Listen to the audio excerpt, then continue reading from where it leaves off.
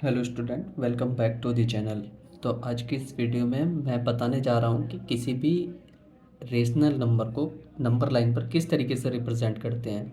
तो आज हम बात करने वाले हैं कुछ रेशनल नंबर्स के बारे में जिन्हें मैं आपको नंबर लाइन पर रिप्रेजेंट करके बताऊंगा। ठीक है। तो जैसे हमारे पास रेशनल नंबर्स गिवन होते हैं 3/4, 3/5, 1/16 या कोई भी रेशनल नंबर गिवन होता है तो उस नंबर को नंबर लाइन के ऊपर किस तरीके से रिप्रेजेंट करते हैं तो उसी के बारे में आज हम बात करने वाले हैं। ठीक है। तो जैसे सबसे पहले मैंने लिया है 3/4। ठीक, 3/4।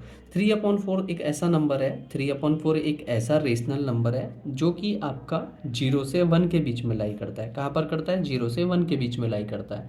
और ये कैसे पता चलेगा कि ये 0 से 1 के बीच में लाई करता है? देखो, 3/4 का मीनिंग क्या है? 4 से आप 3 को डिवाइड करोगे, क्लियर। यहाँ पर पॉइंट लगाओगे, 0 बढ़ाओगे और 4 7 जा 28, क्लियर। तो इस तरीके से 0.7 समथिंग करके आपका एक ये रिजल्ट बन जाता है। तो ये इससे पता चल रहा है कि जो आपका 3/4 है वो कहाँ कहाँ पर लाई करता है? वो लाई करता है 0 से 1 के बीच में। तो इसलिए सबसे पहले हम एक बनाएंगे नंबर लाइन। मैं सॉल्यूशन ले रहा हूँ 3/4 के लिए। ठीक है। तो सबसे पहले मैंने ड्रॉ की है एक नंबर लाइन, क्लियर। और यहाँ 0 और 1, 0 से 1 के बीच में लाई करेगा, क्लियर। अब कितने डिनोमिनेटर में देखो कितना है? 4। तो इसके 4 इक्वल पार्ट्स कर लो, 1 2 3 एंड 4। देखो, first part, second part, third part and fourth part, clear.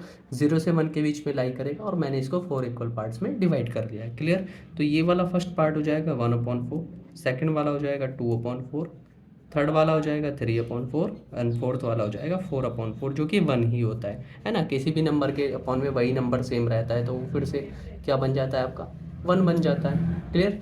तो ये आपका क्या हो जाएगा यहाँ से?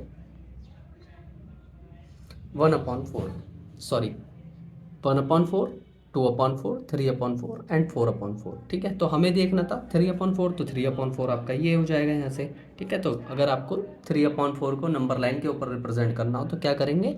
सबसे पहले हम देखेंगे ये लाई कहाँ पर कर रहा है। ये 0 से 1 के बीच में लाई कर रहा है, क्लियर। 0 से 1 के बीच में। अब देखो कितने इक्वल पार्ट्स में डिवाइड करना है? इसको 4 पार्ट्स में डिवाइड करना है, 1 2 3 एंड 4, क्लियर। तो पहला वाला पार्ट 1/4, 2/4, 3/4 एंड 4/4। इस तरीके से हम 3/4 को नंबर लाइन के ऊपर रिप्रेजेंट कर सकते हैं, क्लियर। सेकंड आता है आपका, सेकंड वाले में गिवन है 3/5। ठीक, 3/5। अब तो हम बात कर रहे थे 3/5 के बारे में। तो 3/5 जो नंबर था हमने देखा था, जैसे 3/5 का मीनिंग क्या होता है मैं फिर से एक बार बता देता हूँ कि आपको 5 से 3 को डिवाइड करना है। ठीक है। तो यहाँ पर डायरेक्ट तो नहीं जा पाएगा क्योंकि 5 बड़ा है 3 छोटा है। तो आप क्या करोगे? यहाँ पर 0 इंक्रीज करोगे, पॉइंट लगाओगे और यहाँ पर 0 करोगे। ठीक है। तो 6 टाइम 30 हो जाएगा, क्लियर। तो इसका मतलब क्या है कि ये जो आप देख रहे हो कि 3/5 वो कहीं ना कहीं 1 से छोटा नंबर दे रहा है आपको। क्या दे रहा है? 1 से छोटा दे रहा है। 0.6 जो है वो 1 से छोटा है ना। तो जो 3/5 होगा वो नंबर लाइन पर कहाँ पर लाई करेगा? वो आपका लाई करेगा 0 से 1 के बीच में, क्लियर।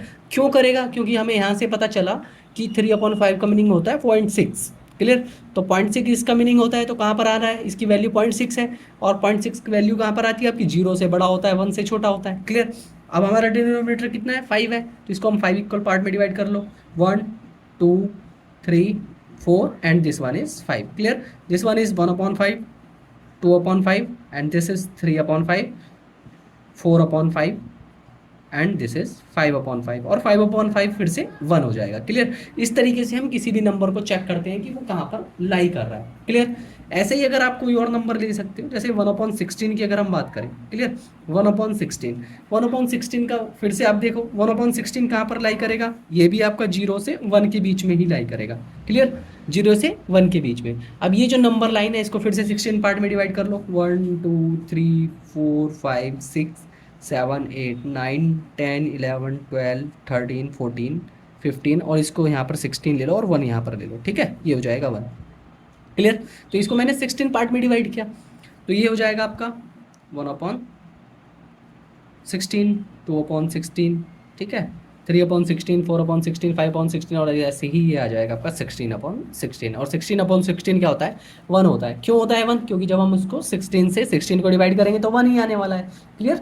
तो इस तरीके से हम किसी भी नंबर को, किसी भी रेशनल नंबर को चेक कर सकते हैं कि वो नंबर लाइन पर कहाँ पर लाई करता है, ठीक है। ये 3/5 है, पीछे 4/5 भी देखा है, 1/16 यहाँ पर देख लिया है, ठीक है। तो इस तरीके से हम किसी भी नंबर को चेक करते हैं कि नंबर लाइन पर वो कहाँ पर।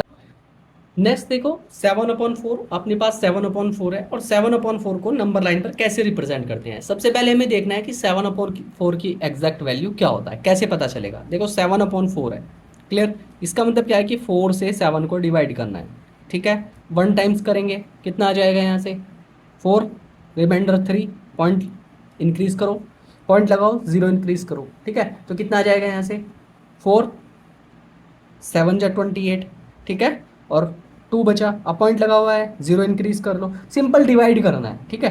डिवाइड करने के बाद यहाँ पर कितने टाइम चला जाएगा 5 टाइम चला जाएगा, ठीक है। तो 1.75 यहाँ पर आपका इसका एग्जैक्ट वैल्यू आ रहा है।